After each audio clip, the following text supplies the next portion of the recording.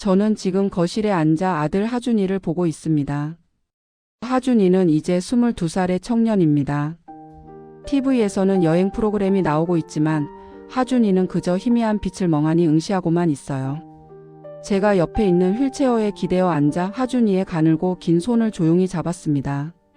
손등 위로 느껴지는 따뜻한 온기가 제 마음을 잔잔하게 채웁니다. 하준이는 태어날 때부터 뇌병변 장애를 안고 태어났습니다. 휠체어에 의지해야 하고 스스로는 단 한 걸음도 걸을 수 없습니다.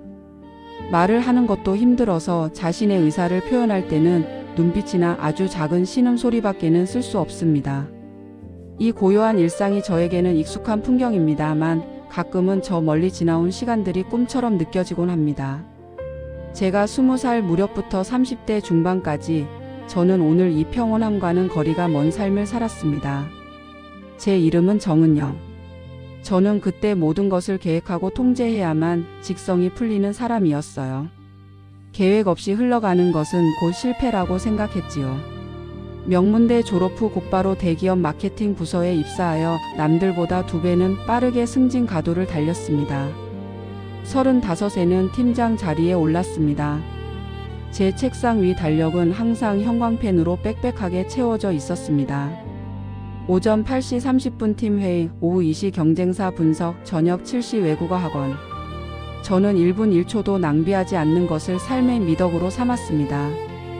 저는 숨 쉴 틈 없는 일과 속에서도 단 한 번도 흐트러진 모습을 보이지 않으려 노력했습니다. 제가 입는 짙은 남색 정장도 제가 쓰는 무거운 금속 펜도 심지어 제가 마시는 블랙커피의 온도까지도 정확하게 제 통제하에 두었습니다. 동료들은 저를 정 팀장님이 아니라 정은영 씨라고 불렀어요.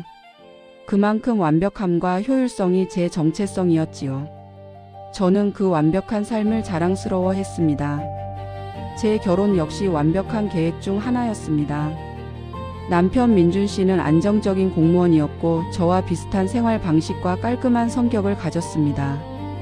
저희는 30살에 만나 3년의 연애 기간 동안 상견례와 결혼식장 예약, 신혼집 계약까지 모든 것을 미리 정해진 스케줄대로 진행했습니다. 33살에 결혼했습니다.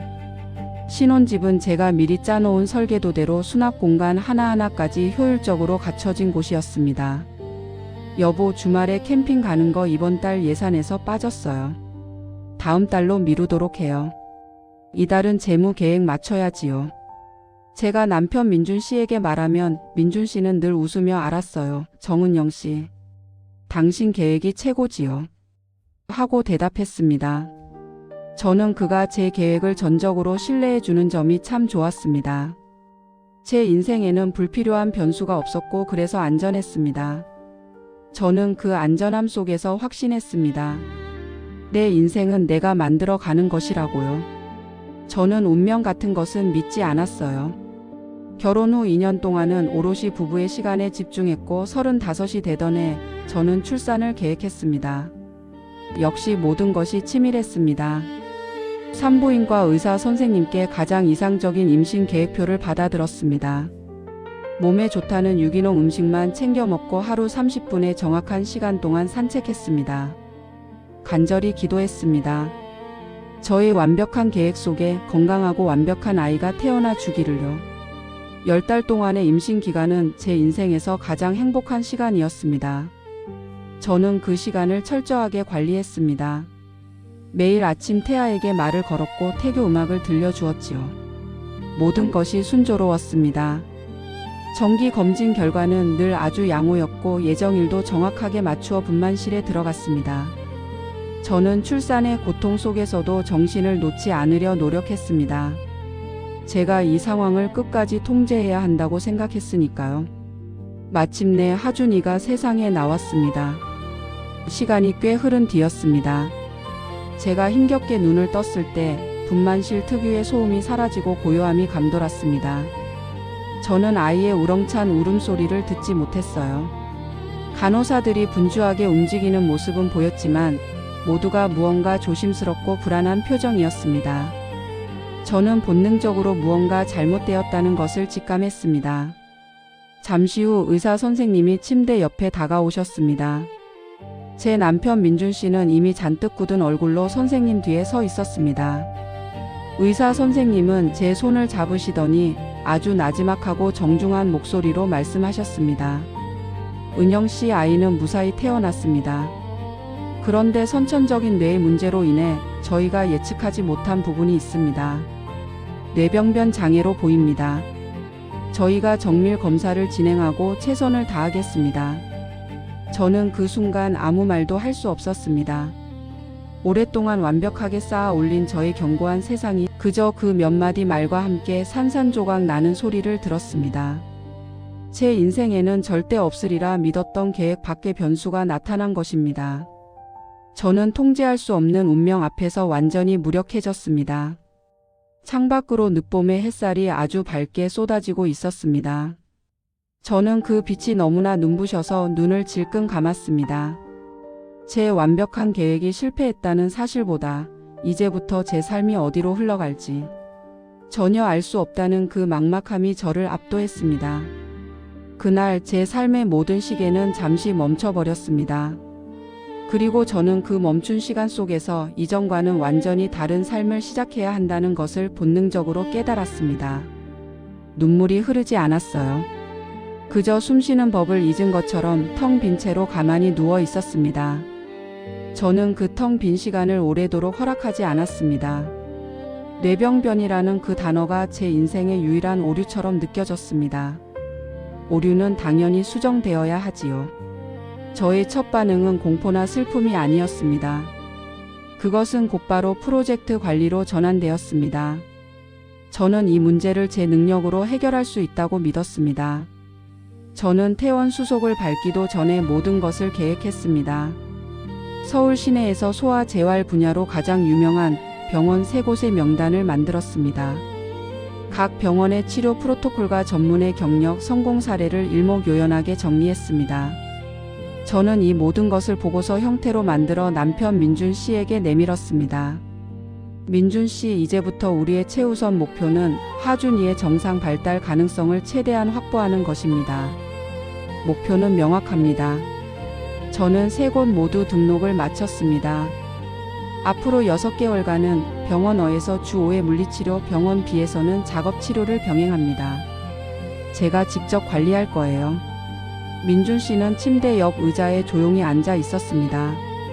그는 보고서를 받아들지 않고 그저 하준이의 아주 작은 손을 만지작거리고 있었습니다. 민준 씨의 얼굴에는 슬픔이 있었지만 이상하게도 제게는 비난이나 절망보다는 인내가 느껴졌습니다. 은영 씨, 우리가 이 상황을 너무 서두르는 것 같지 않아요? 선생님께서 말씀하셨습니다. 이건 단기간에 끝나는 프로젝트가 아니라고요. 하준이가 힘들어할 수도 있습니다. 저는 남편의 태도가 이해되지 않았습니다. 서두르지 않는다니요? 이게 가장 효율적인 방식입니다. 초기 집중 치료가 얼마나 중요한데요. 민준 씨는 직장에 집중하세요. 저는 회사에 1년 휴직계를 냈습니다. 이 프로젝트는 제 전담입니다. 저는 단호하게 말했습니다.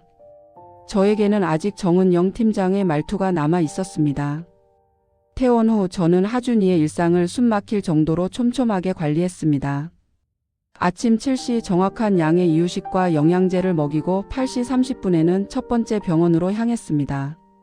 하준이는 낯선 환경과 강도 높은 물리치료에 연신 자지러지게 울었습니다. 온몸에 힘을 주고 발버둥 치는 하준이를 붙잡는 것은 제게도 고통이었습니다. 하지만 저는 이를 치료 과정이라며 감정을 절제했습니다. 하준아, 엄마가 옆에 있어. 조금만 더 힘내자. 5분 남았습니다. 이제 끝이에요. 저는 마치 마라톤 선수의 페이스를 조절하는 코치처럼 아주 건조하게 하준이에게 말을 걸었습니다. 제가 계획한 대로 진행되어야 한다는 강박이었습니다. 하지만 현실은 제 계획대로 움직여주지 않았습니다. 병원 예약 시간은 수시로 바뀌었습니다. 재활치료사 선생님은 하준이의 컨디션을 고려하여 일정을 조정해야 한다고 제안하셨습니다. 은영 씨, 하준이가 오늘은 너무 흥분 상태입니다. 이렇게 무리하면 오히려 역효과가 나요. 오늘은 30분만 하고 마무리하는 게 어떻습니까? 저는 선생님의 말에 반발했습니다. 하지만 저는 이미 오후에 다른 치료 일정을 잡아두었습니다. 이 치료를 30분이나 미루면 다음 치료에 차질이 생깁니다.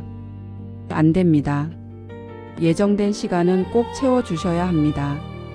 선생님은 조용히 저를 바라보셨습니다. 하준이를 관리하려고 하지 마세요, 은영씨. 하준이의 속도를 따라가셔야 합니다. 하준이의 몸이 거부하는데 어떻게 계획대로만 할 수 있겠습니까? 그 말을 듣는 순간 마치 제 심장에 날카로운 비수가 꽂히는 것 같았습니다. 제가 가장 통제하고 싶었던 것은 하준이의 속도였습니다. 저는 이 문제를 빨리 해결하고 제 삶을 정상으로 되돌리고 싶었습니다. 남편 민준 씨와의 갈등도 깊어졌습니다. 제가 하준이의 재활에 모든 것을 쏟아붓는 동안 민준 씨는 오히려 하준이에게서 치료가 아닌 휴식을 주어야 한다고 주장했습니다. 한국의 많은 부부가 그렇듯 저희의 갈등은 점점 더 고요하고 냉랭하게 번져갔습니다. 어느 날 저녁이었습니다. 민준 씨는 오랜만에 일찍 퇴근하여 하준이를 안고 거실 소파에 앉아 있었습니다. 하준이는 민준 씨의 어깨에 기대어 미세하게 웃고 있었지요. 제가 다가가 다음 날의 치료 스케줄을 설명했습니다. 내일 오전에는 수영 재활센터에 갑니다. 점심 먹고 나면 곧바로 언어 치료입니다. 쉴 시간이 없어요. 민준 씨가 내일은 연차를 내고 저와 함께 병원에 가주세요. 운전만이라도 해 주셔야 합니다. 민준 씨는 하준이의 머리를 쓰다듬으며 조용히 말했습니다. 은영 씨, 내일은 그냥 쉬면 안 될까요? 어제 너무 울지 않았습니까? 하준이도 지쳤을 겁니다. 그리고 당신도 지쳤습니다. 저는 그 말이 폭발의 도화선이 되었습니다. 지쳤다니요? 지금 지칠 때가 아닙니다. 하준이는 매일매일 재활해야 합니다. 민준 씨는 이 상황을 왜 이렇게 쉽게 포기합니까? 당신은 이 문제를 해결할 생각이 정말 없는 겁니까? 제가 목소리를 높이자 하준이가 제 목소리에 놀랐는지 미세하게 몸을 떨었습니다. 민준 씨는 하준이를 더 꼭 안더니 저를 똑바로 보며 차분하게 대답했습니다. 은영 씨, 저는 포기하는 게 아닙니다. 이 아이는 우리가 해결해야 할 문제가 아닙니다. 하준이는 그냥 하준이입니다. 치료 계획보다 중요한 건 이 아이의 오늘 하루가 행복한지 아닌지 아닌가요? 그 말에 저는 할 말을 잃었습니다. 저는 하준이를 문제로 취급하고 있었습니다. 제가 통제하여 고쳐야 할 불완전한 제품처럼 대하고 있었지요. 민준 씨는 그저 하준이의 존재 자체를 받아들이고 있었고요. 저는 민준 씨의 그 평온한 수용이 저의 절박한 노력을 무시하는 것처럼 느껴져 더욱 괴로웠습니다. 며칠 밤을 잠 못 이루었습니다. 저는 벽에 붙여놓은 빽빽한 치료 스케줄표를 노려보았습니다. 형광펜과 빨간 밑줄로 가득한 그 표가 이제는 저를 옥죄는 쇠사슬처럼 느껴졌습니다. 하준이의 얼굴을 다시 보았습니다. 그는 여전히 휠체어에 앉아 창밖을 보고 있었습니다. 그 작은 몸으로 세상의 중력과 끊임없이 싸우고 있는 아이. 저는 그 싸움을 제 방식으로 더 힘들게 만들고 있었습니다. 저는 깨달았습니다. 제가 지금까지의 인생에서 쌓아 올린 모든 지식, 모든 효율성, 모든 계획이 하준이 앞에서는 아무런 소용이 없다는 것을요. 제 완벽했던 삶의 설계도 속에는 뇌병변 장애를 가진 22살의 아들이 앉아있는 이 모습은 없었습니다. 저는 깊은 숨을 내쉬었습니다. 손을 뻗어 벽에 붙은 스케줄표를 천천히 뜯어냈습니다. 찢어진 종이 조각이 바닥에 떨어지며 작은 소리를 냈습니다. 그 소리는 저의 오랜 집착이 깨지는 소리처럼 들렸습니다. 저는 이제껏 하준이를 치료하기 위해 애썼지만 이제부터는 하준이와 함께 살아가는 방법을 배워야 한다는 것을 깨달았습니다. 저는 이 긴 여정을 저 혼자 통제할 수 없다는 사실을 마침내 인정하기로 결심했습니다. 내일부터는 무엇을 해야 할까요? 아무 계획도 없지만 저는 하준이에게 다가가 조용히 그의 손을 다시 잡았습니다. 제가 스케줄표를 뜯어낸 후 며칠 동안은 아무 계획도 세우지 않았습니다. 벽에는 찢겨나간 종이의 희미한 흔적만 남아 있었지요. 그 흔적이 마치 제 지난 시간의 집착을 상징하는 것 같아 보였습니다. 저는 그냥 그 자리에 서 있었습니다. 무엇을 해야 할지 정말 알 수 없었습니다. 제 인생에 목표 없음은 처음이었으니까요. 저는 하준이의 곁에 앉아 그저 지켜보았습니다. 이전처럼 무엇을 하게 해야 할까를 고민하는 대신 하준이는 지금 무엇을 하고 있을까를 관찰하기 시작했습니다. 하준이의 시선이 어디를 향하는지, 몸이 어느 쪽으로 미세하게 기울어지는지를 말이에요. 이전에는 제 계획에 쫓겨서 보이지 않던 것들이 천천히 제 눈에 들어오기 시작했습니다. 하준이는 창밖의 빛을 참 좋아했어요. 오전 10시쯤 거실 창으로 들어오는 부드러운 햇살을 하염없이 쳐다보고 있었지요. 예전 같으면 그 시간에 물리치료를 하고 있었을 거예요. 저는 이제 하준이 옆에 조용히 앉아 하준이의 눈이 머무는 그곳을 함께 바라보았습니다. 세상은 여전히 빠르게 움직이는데 우리 집 시계만 느리게 가는 것 같았습니다. 남편 민준 씨는 저의 변화를 알아차렸습니다. 그는 아무 말도 하지 않았습니다. 그저 아침에 저를 위해 따뜻한 차를 끓여주고 퇴근 후에는 하준이의 기저귀를 갈아주었습니다. 냉랭했던 저희 사이의 공기가 조금씩 따뜻하게 녹아내리는 기분이 들었습니다. 민준 씨의 침묵은 저를 지켜봐주는 가장 조용한 응원이었어요. 어느 날 아침이었습니다. 문득 하준이를 휠체어에 태워 아파트 근처 작은 공원에 가야겠다는 생각이 들었습니다. 치료 목적이 아닌 순수한 외출은 하준이가 태어난 후 처음이었습니다. 저는 하준이에게 두꺼운 외투를 입히고 조심스럽게 엘리베이터에 올랐습니다. 휠체어를 밀고 공원의 가장 깊숙한 벤치에 앉았습니다. 늦가을의 공기는 차가웠지만 햇살은 따스했습니다. 하준이는 잔뜩 긴장한 듯 보였습니다. 고개를 좌우로 흔들며 주변을 살피더군요. 공원 중앙에서는 유치원 아이들이 시끄럽게 뛰어놀고 있었습니다. 하준이의 눈동자가 그 소란스러운 곳을 따라 움직였습니다. 저는 하준이에게 방해되지 않도록 조용히 팔짱을 풀었습니다. 바로 그때였습니다. 단풍잎 하나가 나무에서 떨어져 바람에 이끌려 천천히 하준이의 무릎 위로 내려앉았습니다. 붉고 작은 잎이었습니다. 하준이는 그 잎을 응시했습니다. 아이들의 떠드는 소리, 멀리서 들려오는 자동차 소리, 모든 소음이 갑자기 사라진 것처럼 느껴졌습니다. 하준이의 오른손 엄지손가락이 아주 미세하게 아주 작게 움직였습니다. 마치 그 붉은 잎을 잡으려는 듯 아니면 만지려는 듯한 움직임이었습니다. 워낙 미세해서 예전 같으면 단순한 경련이나 무의식적인 동작이라고 치부했을 거예요. 저는 숨을 멈췄습니다. 그 엄지손가락은 3번 아주 느리고 힘겹게 그러나 분명한 의지를 가지고 움직였습니다. 저는 그 행동이 치료사가 시킨 동작이 아님을 알았습니다. 그것은 하준이가 세상의 아름다움에 반응하는 가장 솔직한 표현이었습니다. 하준이는 저에게 말하고 있었습니다. 엄마, 이 잎이 예뻐요라고요. 제 눈에는 갑자기 눈물이 고였습니다. 저는 주머니에서 손수건을 꺼내 눈가를 꾹 눌렀습니다. 내가 이걸 놓치고 있었구나. 지난 3년 동안 저는 하준이에게서 말과 걸음마만 찾았습니다. 눈에 띄는 큰 변화, 정상이라는 목표에 도달하기 위한 거창한 진보만 요구했지요. 하지만 하준이는 이미 아주 작은 언어로 자신만의 느린 속도로 저와 소통하고 있었던 겁니다. 저는 찢어진 스케줄표를 떠올렸습니다. 제가 그 표에 집착하는 동안 하준이의 이 작은 손가락 움직임은 수백 번이나 무시당했을 거예요. 하준이에게는 매번 5분만 더 힘내라는 건조한 명령만 들려줬었지요. 얼마나 외로웠을까요? 저는 천천히 하준이의 무릎에 떨어진 단풍잎을 집어들었습니다. 그리고는 하준이의 엄지손가락 위에 아주 조심스럽게 놓아주었습니다. 엄지손가락이 또 한 번 미세하게 움직였습니다. 그것은 고맙다라는 표현처럼 느껴졌어요. 하준아, 엄마가 미안해요. 이걸 이제야 봤네요. 제 목소리는 떨렸지만 더 이상 울지 않았습니다. 눈물은 제 안으로 깊숙이 스며들었습니다. 저는 깨달았습니다. 민준 씨가 문제가 아니라 하준이라고 했을 때 그 말 속에 담긴 진정한 의미를요. 하준이는 제 통제를 거부하는 존재였던 겁니다. 고쳐야 할 문제가 아니라 알아가야 할 세계였던 것이지요. 저는 이제 하준이를 정상으로 만드는 것이 목표가 아니라는 것을 인정했습니다. 새로운 목표는 하준이의 이 작은 언어, 이 미세한 움직임을 이해하고 하준이의 세계를 존중하며 함께 살아가는 것이었습니다.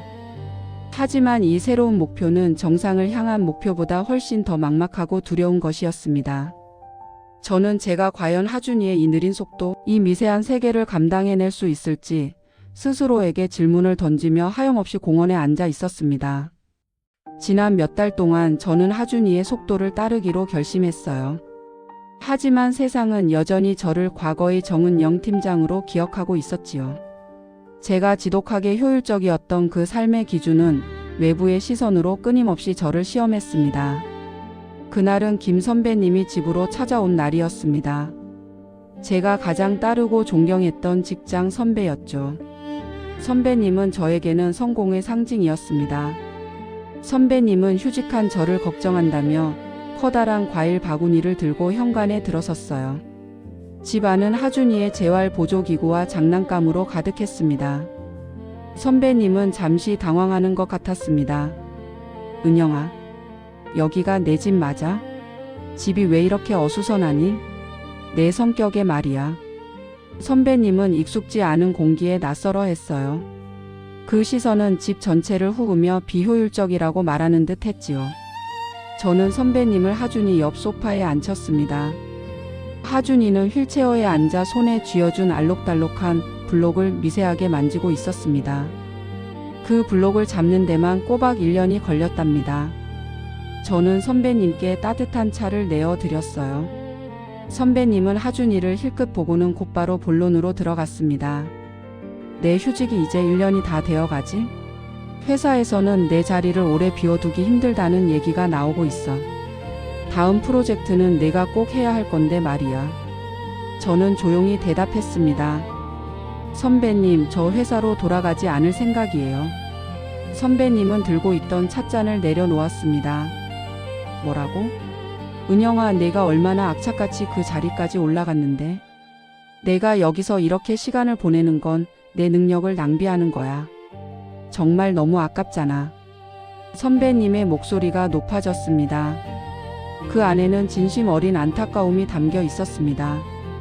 하지만 그 안타까움은 저의 현재 삶이 가치 없다는 전제를 깔고 있었지요. 선배님은 고개를 돌려 하준이를 다시 보았습니다. 아니, 내가 잔인하게 들릴지는 모르겠어. 하지만 은영아, 이 아이의 상태를 내가 가장 잘 알지 않니? 내가 아무리 애쓴다고 해서 완전히 정상적으로 돌아오기는 어렵단 말이야. 현실을 봐야지. 그 순간 제 안에 무언가가 쿵 하고 무너지는 소리가 났습니다. 제가 스스로에게 수없이 되뇌었던 말, 하지만 남편 민준 씨에게는 절대 듣고 싶지 않았던 그 차가운 현실이 남의 입을 통해 제 귀에 박혔습니다. 저는 숨이 막혔습니다. 선배님, 잠깐만요. 제 목소리는 낮게 떨렸습니다. 하준이가 왜 정상으로 돌아와야 하죠? 하준이는 지금 하준이대로 완벽해요. 저는 그렇게 생각합니다. 선배님은 저를 이해할 수 없다는 표정이었습니다. 은영아, 정신 차려. 완벽? 지금 내가 무슨 말을 하는지 알아? 넌 너의 꿈, 너의 미래를 이 아이 때문에 포기하겠다는 거니? 내가 이 아이에게 쏟을 시간과 노력을 회사에 쏟으면 넌 부사장도 될 수 있어. 내 인생을 내 손으로 망가뜨리지 마. 선배님의 말은 논리적이었고 과거의 저라면 고개를 끄덕였을 겁니다. 하지만 지금은 아니었습니다. 저는 하준이 옆으로 몸을 숙였습니다. 하준이의 작은 엄지손가락이 제가 놓아준 블록 위에서 미세하게 떨리고 있었습니다. 저는 선배님을 노려보았습니다. 선배님 말씀이 맞아요. 제 꿈, 제 미래를 포기하려는 겁니다. 하지만 이게 저의 새로운 꿈이에요. 제 인생의 가장 중요한 프로젝트는 이제 하준이입니다.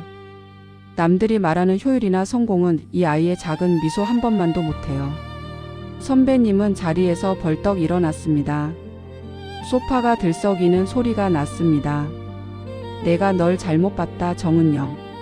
넌 결국 도피하는 거야. 비겁하게 쉬운 길을 택하는 거라고.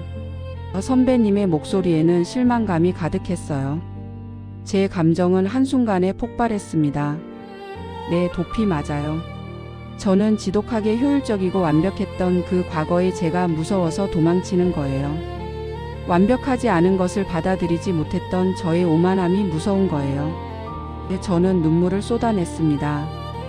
저의 뜨거운 눈물이 하준이의 얇은 무릎 담요 위로 떨어졌습니다. 선배님은 이 아이가 왜 태어났는지 아세요? 저에게 이 세상에 통제할 수 없는 기쁨이 있다는 것을 가르쳐 주려고 태어난 거예요. 저는 더 이상 효율적인 인간이 되고 싶지 않아요. 저는 그냥 하준이 엄마가 될 거예요. 그러니까 이제 가주세요. 저는 간신히 말을 마쳤습니다. 선배님은 잠시 망설이는 듯 했지만 결국 아무 말 없이 현관으로 걸어 나갔습니다. 현관문이 닫히는 소리가 무겁게 울렸습니다. 저는 소파에 쓰러지듯 앉아 목 놓아 울었습니다. 그 눈물은 선배님에 대한 분노가 아니었습니다.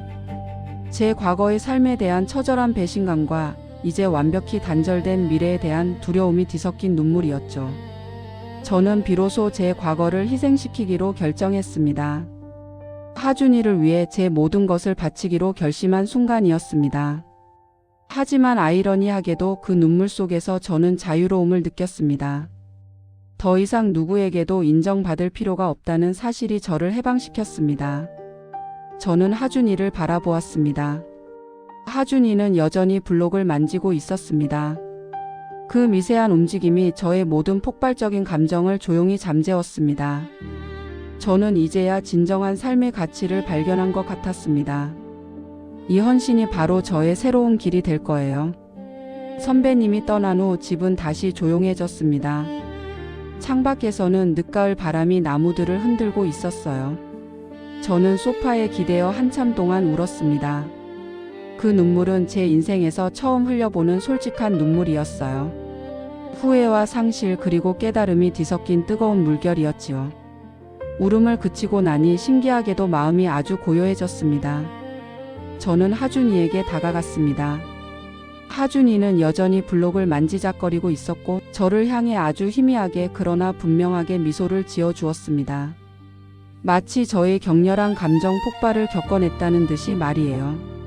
그 미소는 저에게 괜찮아요 엄마라고 말해주는 것 같았어요. 저는 하준이를 꽉 안았습니다. 그 작은 몸에서 느껴지는 생명의 온기가 제 마음 깊은 곳까지 스며들었습니다. 하준아 엄마가 고마워요. 이제 알 것 같아요. 저는 속삭였습니다. 그날 이후 저희 집의 분위기는 완전히 달라졌습니다. 저는 더 이상 하준이를 치료해야 할 문제로 보지 않았습니다. 하준이는 그저 저의 아들이었고 저에게는 사랑과 이해를 가르쳐주는 위대한 스승이었지요. 저는 회사를 정리했습니다. 퇴직 서류에 서명하는 순간 손이 떨리긴 했지만 후회는 없었습니다. 겉으로 보기엔 제 화려했던 경력을 희생한 것처럼 보였겠지만 저에게는 가장 중요한 프로젝트인 하준이에게 온전히 집중할 수 있는 새로운 삶을 획득한 순간이었으니까요. 남편 민준 씨는 제가 퇴직했다는 사실을 알고도 아무 말 없이 저를 안아주었습니다. 그의 침묵은 이제야 당신이 하준이를 온전히 받아들였구나 하는 묵묵한 지지였습니다. 저희 부부의 갈등은 신기하게도 깨끗하게 사라졌어요. 저희는 이제 하준이의 재활에 대한 계획을 세우지 않고 하준이와 함께하는 오늘의 행복을 만들기로 했습니다. 가장 큰 변화는 기다림이었습니다. 저는 하준이에게 무엇을 강요하지 않았습니다. 하준이가 밥을 먹는데 30분이 걸리든 1시간이 걸리든 저는 조용히 옆에서 기다려 주었습니다. 하준이가 겨우 고개를 들고 저를 바라볼 때까지 저는 하준이의 눈빛에 집중했습니다. 저는 하준이의 느림의 언어를 배우기 시작했습니다. 하준이의 오른쪽 눈썹이 미세하게 올라가면 좋다, 입술이 살짝 실룩거리면 재미있다는 뜻이었습니다. 단풍잎 하나를 잡기 위해 엄지손가락을 3번 움직이던 그 집중력은 하준이가 세상과 소통하는 가장 정직한 방식이었어요. 이러한 미세한 움직임을 이해하고 소통하는 과정은 저에게 큰 용서를 선물해 주었습니다. 그것은 다른 누구도 아닌 과거의 저 자신에 대한 용서였어요. 완벽해야만 가치 있다고 믿었던 저의 오만함과 하준이가 태어났을 때 좌절했던 저의 미성숙함을 용서하게 되었지요. 하준이는 저에게 실패해도 괜찮아, 불완전해도 괜찮아라고 온몸으로 말해주고 있었습니다. 하준이가 10살이 되던 해 기적이 일어났습니다. 식탁에 앉아있던 하준이가 저를 향해 아주 느리고 서툰 발음이지만 엄마하고 불렀어요. 그 소리는 마치 오랜 세월 침묵했던 세상이 갑자기 열리는 것 같았습니다. 제가 지난 10년간 바라왔던 수천 번을 속으로 외쳤던 그 단어였지요. 저는 그 자리에 털썩 주저앉아 하염없이 울었습니다. 10년 만에 얻은 그 한마디는 제가 직장에서 얻었던 어떤 성공이나 명예보다도 값지고 찬란한 성과였습니다. 저는 하준이에게 달려가 온 힘을 다해 안아주었습니다. 엄마 여기 있어 하준아. 엄마 여기 있어요. 하준이와의 동행은 저에게 진정한 삶의 의미를 가르쳐 주었습니다. 저는 더 이상 거창한 목표를 세우지 않아요. 그저 하준이와 함께 맞는 오늘의 아침. 햇살과 민준 씨가 건네는 따뜻한 커피 한 잔에 감사할 줄 아는 사람이 되었죠. 하준이는 저의 가장 위대한 스승입니다. 이 아이가 아니었다면 저는 평생 효율이라는 덫에 갇혀 작은 기쁨과 느림의 아름다움을 모르고 살았을 겁니다. 하준이는 저에게 세상의 모든 것은 통제할 수 없으며 불완전함 속에서 오히려 더 큰 기쁨과 사랑을 발견할 수 있다는 것을 가르쳐 주었습니다. 앞으로도 저희의 삶은 평탄하지만은 않을 것입니다. 하지만 저는 이제 두렵지 않아요. 저의 옆에는 제 속도대로 세상을 살아가고 있는 하준이가 있고 하준이의 옆에는 하준이의 느린 걸음을 존중하는 제가 있으니까요. 이 아이의 손을 잡고 저희는 계속해서 세상이라는 넓은 공원을 함께 걸어갈 것입니다.